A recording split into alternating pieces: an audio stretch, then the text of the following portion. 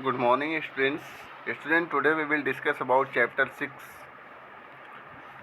and we will discuss about Indian textiles and the world market. Let us first look at textile production. पहले हम कपड़ा उत्पादन को जानेंगे. After that, around 1750, before the British conquered Bengal, India was by for the world largest producer of cotton textiles. Bengal और अंग्रेज़ों की विजय से पहले 1750 के आसपास भारत पूरी दुनिया में कपड़ा उत्पादन के क्षेत्र में औरों से बहुत आगे था. और स्टूडेंट्स, इसमें बताया गया कि जो भारतीय कपड़े थे लंबे समय से अपनी गुणवत्ता और बारीक कारीगरी के लिए दुनिया भर में मशहूर थे. जैसा कि दक्षिण पूर्वी एशिया, जावा, सुमात्रा और पेनांग तथा पश्चिमी और मध्य एशिया में इन कपड़ों का भारी व्यापार था.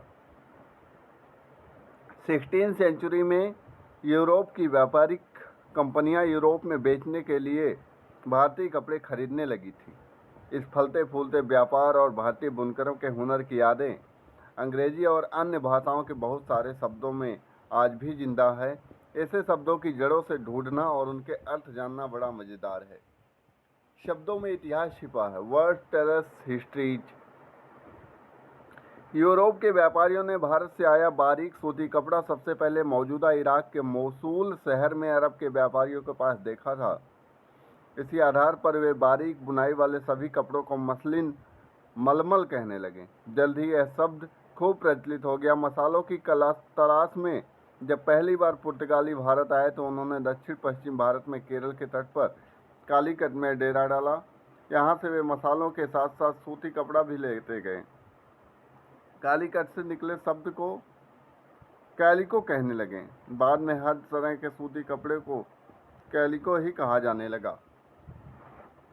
ऐसे बहुत सारे शब्द हैं जो पश्चिमी बाजारों में भारतीय कपड़ों की लोकप्रियता की कहानी कहते हैं. जैसा कि स्टूडेंट्स फिगर दिया हुआ है, इस फिगर में आप देखेंगे तो आप एक ऑर्डर बुक का पन्ना देख सकते हैं जिसमें 1730 में ब्रिटिश ईस्ट इंडिया कंपनी ने कलकत्ता स्थित अपने नुमाइंदों के पास भेजा था.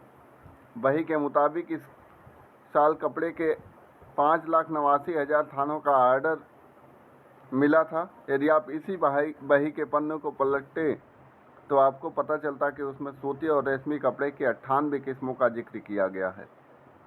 ओके स्टूडेंट्स, टुडे और offline work is right all the difficult word meaning of this page and what do you understand about Indian textiles and the world market.